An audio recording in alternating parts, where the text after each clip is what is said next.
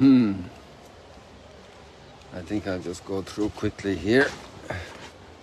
This tells you what happened last night.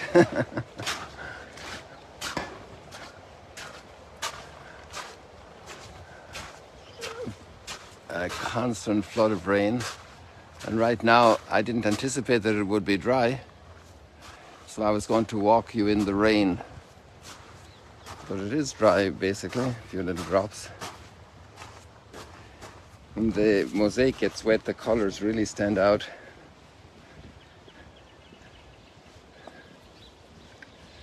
The big G of Galilee.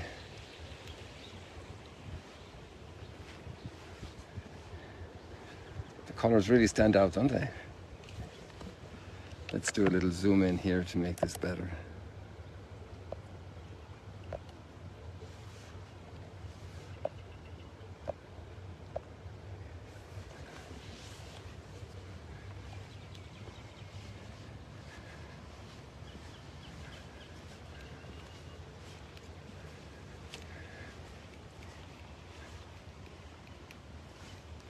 And there we have the real Sea of Galilee over here. And a lot of little puddles along the way. Look at all this water here.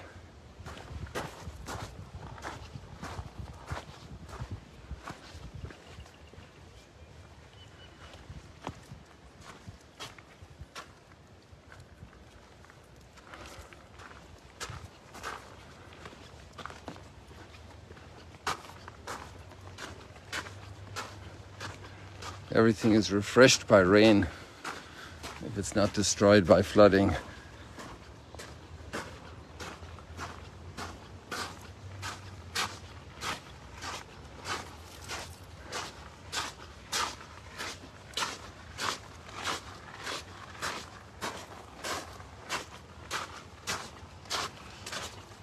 So we're just 2 days before Christmas, and we have some beautiful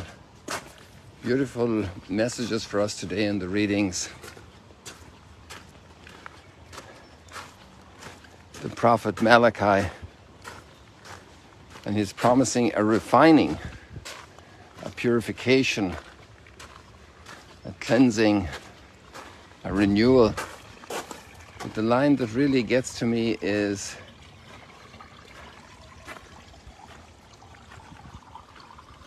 turning the hearts of fathers to their children and children to their parents.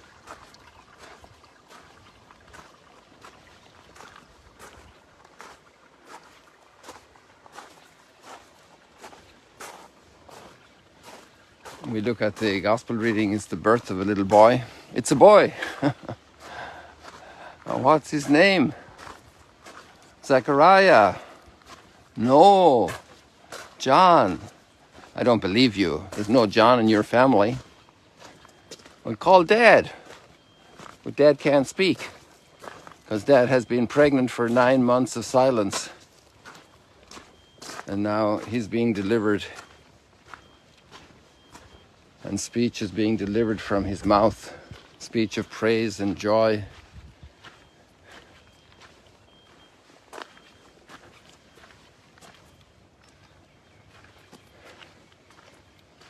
His name is John. God has mercy. God has mercy on his people. That's the big theme. How often have Zechariah and Elizabeth prayed for a child? How many parents do? And God knows the desires of our hearts. And he wants to fulfill them. And he'll do that in his way and his time. Because he wants us to bring us to an extraordinary joy. Sometimes we have to wait longer. And then we look at the little baby.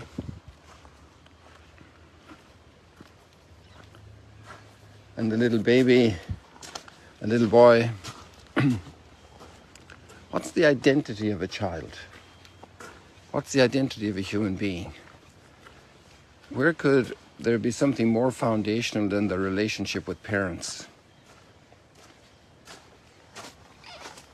And the identity of parents how their responsibility just geometrically grows with the birth of their first child and subsequent children. What an extraordinary new level of life. I must share something with you that I love about the Arabic culture, at least as I lived it here among the Palestinians.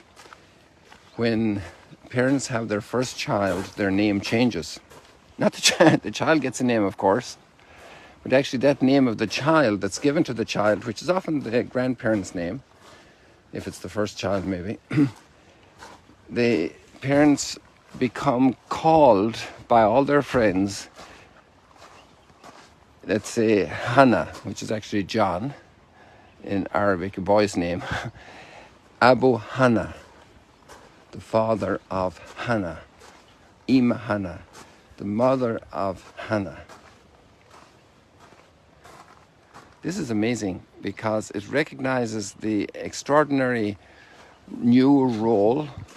Extraordinary is not the right word because it's regular, it's usual. But the new role, the new dimension of their lives that's so important as parents, because they're bringing to life the next generation of their society, of their community.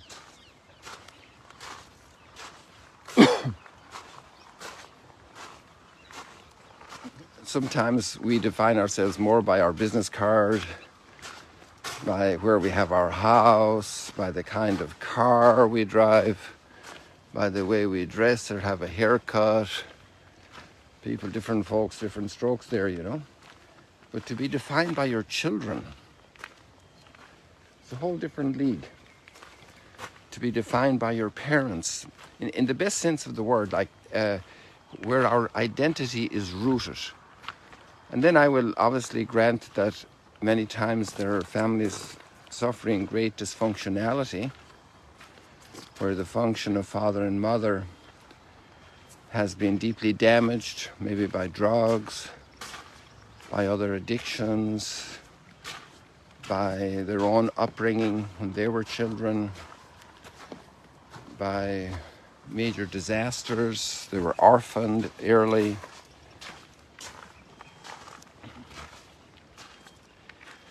And those are very, very trying things, and it's a whole topic, a whole reality. But let's go to the regular, ordinary case of the child and the parents. How much our identity is coming through that relationship. How much parents mature and change through centering their lives on their child. You see a little teenage girl, and she's in college, and she's got her first job. But once she has a child, there's a whole acceleration of personality development. To become a parent, a father, a mother, becomes such a shaping factor in our development as people, as human beings.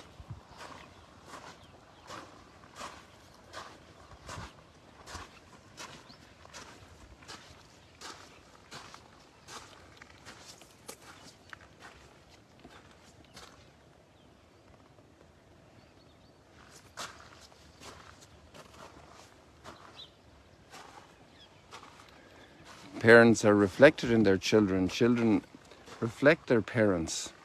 And also parents are impacted by their children very much. Especially if there are difficulties. You know, the families that have a Down syndrome child. And in that context, there's obviously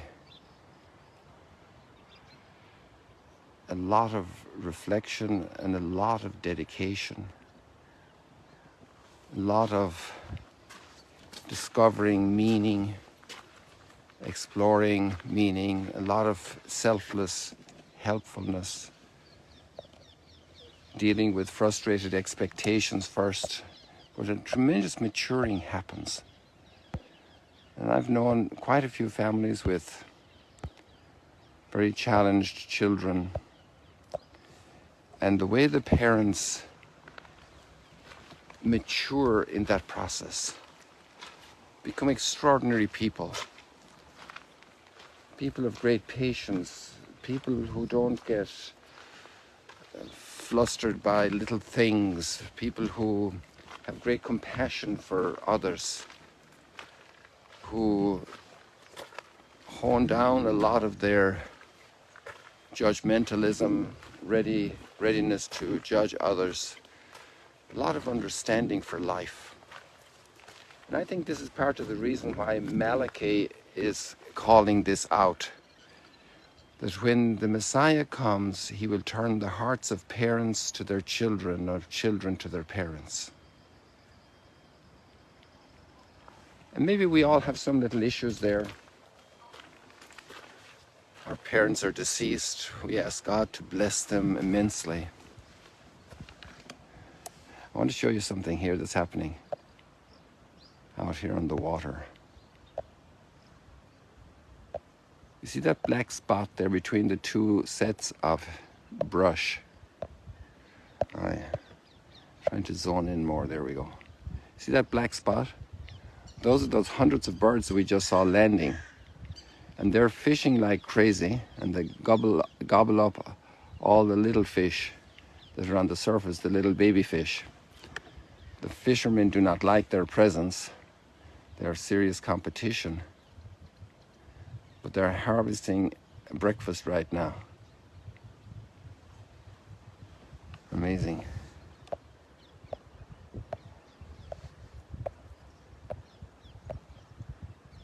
And they're making some tracks. They've moved quite a bit.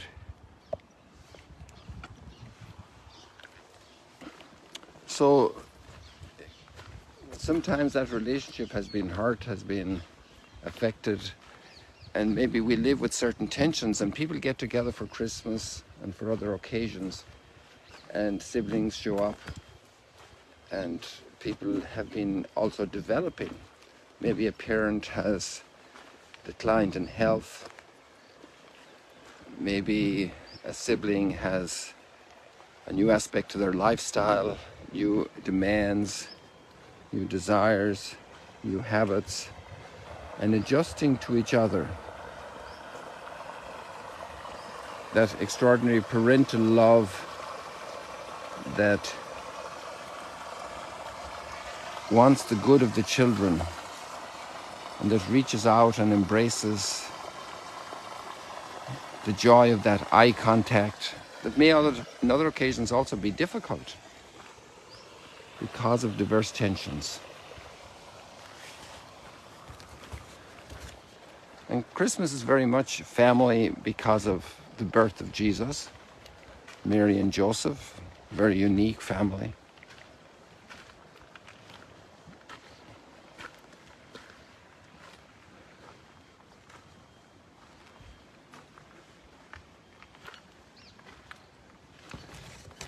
So it's family, a big theme. So maybe let's pray for this Christmas that our families will be blessed as they get together, as they contact each other, as they wish each other a happy Christmas, a happy new year. That the hearts of children will be more turned to their parents, and the hearts of parents will be more turned to their children. That'd be a wonderful blessing for our world.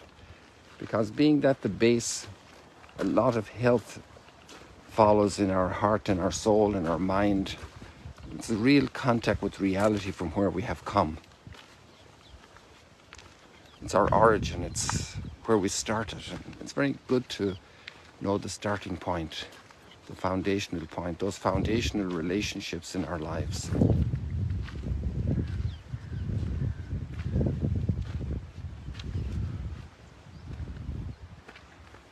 So let's leave it like that, people. I had my umbrella over my shoulder, didn't know what would happen, but I didn't need it. So there we are. I wish you a wonderful Saturday, Shabbat Shalom, and a wonderful lead into Christmas, and as you welcome family members home, as you greet them on the telephone, as you say goodbye, the turning of hearts of parents to their children and children to their parents.